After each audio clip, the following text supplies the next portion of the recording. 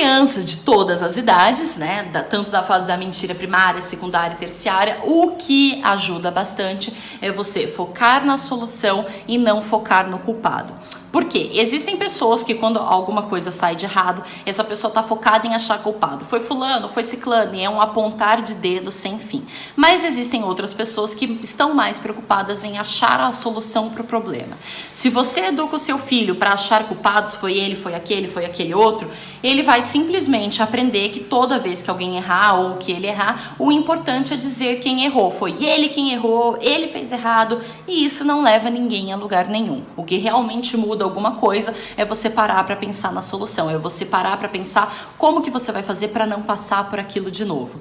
Eu não estou dizendo que não importa que o seu filho quebrou o vaso, eu estou dizendo que uma vez que o vaso está quebrado e é irrecuperável, o mais importante, o principal que você precisa ensinar para sua criança é um jeito de não quebrar outros vasos no futuro. Porque se você simplesmente fala você errou, você errou, você errou, você não está educando a criança, você não está dizendo para ela como que ela vai fazer para não errar. Dizer que eu errei, ok, mas como é que você vai me ensinar a não errar na próxima vez? Então foque em soluções, não foque em culpados. Ensine a criança a focar em soluções. O vaso quebrou? Para e conversa com a criança. Ok, por que esse vaso quebrou? Como esse vaso quebrou e principalmente como que nós vamos fazer para não quebrar outros vasos no futuro. A criança precisa pensar nisso, porque se não passa pela cabeça dela que ela quebrou o vaso porque ela foi descuidada e saiu correndo de qualquer jeito, ela não vai na próxima vez lembrar que ela precisa tomar cuidado para não quebrar outras coisas. Você só culpou a criança, ela só se sentiu mal, só se sentiu julgada e não aprendeu nada com isso. Ou seja, isso não teve lição nenhuma,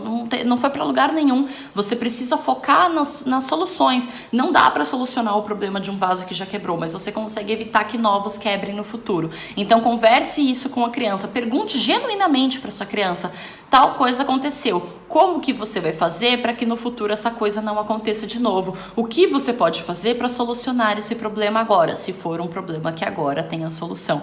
Isso faz a criança pensar, elabora a tomada de decisões da criança, faz com que a criança aprenda a resolver os problemas da vida dela. Você não precisa brigar, você não precisa castigar, você não precisa gritar, você precisa conversar com a criança para que ela entenda o que aconteceu de errado e principalmente para que ela aprenda a não errar novamente. E ela aprende isso focando na solução. Ela aprende pensando em solução. Ok, eu quebrei esse vaso, o que eu vou fazer com os próximos para não quebrar? Entendeu? Outra coisa que precisa ser feita é você dar atenção genuína para o seu filho, para que ele não minta para você. Como assim? Parece confuso, mas eu vou te explicar. Existem crianças que simplesmente mentem para os pais e simplesmente pegam o hábito da mentira, porque a mentira, depois de um tempo, ela começa a se tornar uma espécie de vício. A criança pega o hábito da mentira, né, de mentir para os pais, para ela receber atenção. Quando a criança não recebe atenção de um jeito, ela procura atenção de outro. E a atenção negativa ainda é atenção. Então, se você é uma pessoa que não costuma dar atenção para o seu filho, muito possivelmente ele vai começar a fazer coisas negativas para ter a sua atenção de qualquer forma. A criança necessita de atenção do adulto. Se você não der de um jeito, ela vai buscar de outro. Então, dê atenção para o seu filho de formas boas, de formas positivas. Passe um tempo com ele, façam coisas juntos, crie conexão com essa criança para que ela não minta para você por hábito, para que ela não minta para você por mania, por necessidade de atenção. Isso que eu tô falando para algumas pessoas pode soar até meio sem sentido. Como assim a criança mente para ter atenção? Mas isso realmente acontece. Existem crianças que fazem coisas de propósito, negativas de propósito, só para chamar atenção. A criança tá quietinha ali no canto e aí você tá fazendo alguma coisa, você tá trabalhando, a criança vai e joga tudo no chão de propósito. Porque se ela joga tudo no chão, você vai parar o que você estiver fazendo para olhar para ela e falar com ela.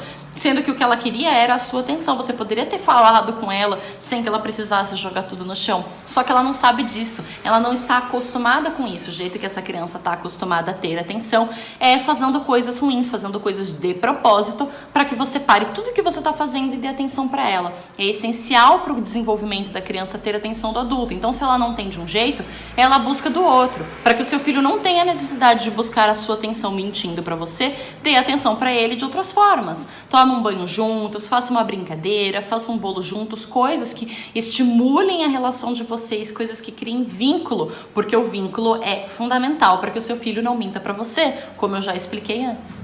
Outro ponto importante que a sua criança precisa entender para que ela não vire uma grande mentirosa é as consequências das coisas. A mentira tem uma consequência real e negativa. Quando você mente para a pessoa ou quando você mente para as pessoas, a tendência é que essas pessoas parem de confiar em você. Se você tem um sócio que trabalha contigo e ele mente para você e você descobre, a confiança de vocês, a relação de vocês fica abalada por isso. A criança precisa entender que existe essa consequência negativa para ela entender o porquê que ela não pode mentir. Não é não pode porque eu não quero. Isso não faz sentido na cabeça da criança. Existe uma consequência negativa real da mentira e a criança precisa entender. Ela precisa saber que se ela mente para as pessoas, ela perde a confiança das pessoas. Ela precisa saber que se ela mente para as pessoas, ela tem consequências negativas naturais, ruins a respeito disso. O melhor jeito para você ensinar a criança a consequência natural de uma mentira é com histórias. Principalmente para crianças de até 5, 6 anos, porque ela tá na fase do lúdico, né? Como eu expliquei antes, ela tá na fase da fantasia, então isso vai fazer muito sentido para a criança. Conte histórias a respeito de mentiras para crianças. Eu não tô dizendo sobre a história do Pinóquio, que é uma mentira para justificar outra mentira e aí vira uma bola de neve. Eu tô falando de histórias que exemplifiquem para a criança a consequência ruim da mentira. Se eu não me engano, existe uma história do menininho que morava numa aldeia e aí ele gritava fogo, fogo, fogo. Todo mundo da aldeia ia lá na casa dele verificar o que tinha acontecido e não tinha acontecido nada, o menino estava mentindo. Ele fez isso uma sequência de vezes até que um dia a casa dele realmente pegou fogo, ele gritou fogo, fogo, fogo e ninguém da aldeia foi lá acudir, ninguém da aldeia foi lá ajudar o menino. Isso aconteceu porque ele havia perdido a confiança das pessoas da aldeia em que ele morava. Esse é um exemplo simples, curto, rápido e fácil de uma história que realmente fala da consequência real da mentira. A casa dele pegou fogo e ele não teve ajuda, porque ninguém acreditava nele, porque ele mentiu tanto que ninguém acreditava nele. Então, quando eu falo conte histórias para o seu filho, é histórias desse tipo, não precisa ser essa, mas é histórias desse tipo, que falem a real consequência da mentira. A história é importante para a criança entender aquilo, porque quando você leva para o lúdico, quando você leva para o imaginário dela, um urso que mentiu e perdeu a confiança do amigo, quando isso entra na cabeça da criança, faz muito sentido para ela, isso clica com as informações que a criança já tem previamente, porque é lúdico, porque é fantasiosa, é uma história que ela vai prestar atenção e aí ela vai entender. Não adianta você falar para ela, tá vendo? Ninguém vai confiar em você, que não sei o quê. Isso é abstrato, isso é uma fala muito adulta para a criança, ela precisa que isso seja apresentada de um jeito mais adequado para a idade. Então conte histórias para o seu filho para que ele entenda as consequências reais de mentira. Quando você tiver oportunidade, quando alguém mentir pra você, quando alguma coisa acontecer, aproveite esse momento pra conversar com a criança sobre. Tá vendo? O papai mentiu pra mim, e aí eu me senti assim, me senti assado, isso não foi legal, porque se o papai mente pra mim, eu perco a confiança nele, tal coisa aconteceu, tal pessoa mentiu, isso não é legal, porque a pessoa vai perder a confiança, porque tem tal consequência, olha o que aconteceu, ela ficou sem tal coisa. Você pega exemplos do seu dia a dia e conversa com a criança sobre aquilo. Aproveitar exemplos do dia a dia para conversar com a criança é fundamental para que ela veja na prática que aquilo é um problema, para que ela entenda verdadeiramente que aquilo é um problema. E aí você aproveita para reforçar a relação de vocês. Olha, tal pessoa mentiu para mim, não foi legal, teve tal consciência, mas eu confio em você e eu estou te contando isso porque eu quero compartilhar isso com você. Você está, ao mesmo tempo que dividindo com a criança uma coisa que aconteceu e ensinando ela pelo exemplo, você também está desenvolvendo laços com ela, você também está incentivando a relação, porque se você pega um problema da sua vida e compartilha aquilo com a criança de acordo com o que a criança tem cognitivo para entender, você está desenvolvendo laços. A gente só compartilha nossos problemas com quem a gente se importa, com quem a gente confia, com quem a gente sabe que não vai nos julgar ou que vai nos ajudar de alguma forma.